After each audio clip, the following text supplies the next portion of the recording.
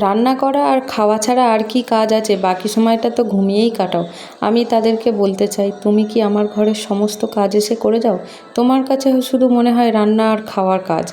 আমার কাছে অনেক কাজ, আমার ঘর মোছা, বাসন মাজা, টাইম মতো খাবার রেডি করা, সমস্ত কিছুটাই আমার একা হাতে করতে হয়। কাজ বলতে আবার অনেকে বলে যে গরু নেই, ছাগল নেই, হাঁস মুরগি নেই, আবার কিসের কাজ?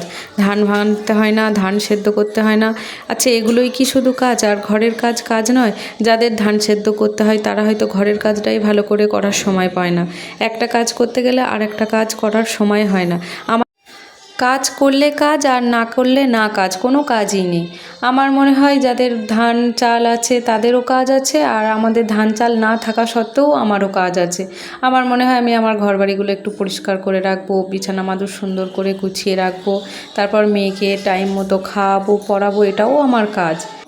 কিছু জিনিসপত্র কেনার ছিল, তাই একটু বাজারে গিয়েছিলাম, টুকিটাকি জিনিসপত্র কিনে নিয়েছি নিজেদের জন্য, আর আসার সময় ঘরের জন্য একটু খাবার নিয়েছিলাম। মেয়েটা খাওয়ার জন্য বায়না করছিল, আর মাঝে মধ্যে এরকম বাইরের খাবার খেতে তো খুবই ভালো লাগে। তো ভিডিওটা এখানে শেষ করলাম। ভালো থেকো, সুস্থ থেকো, টাটা।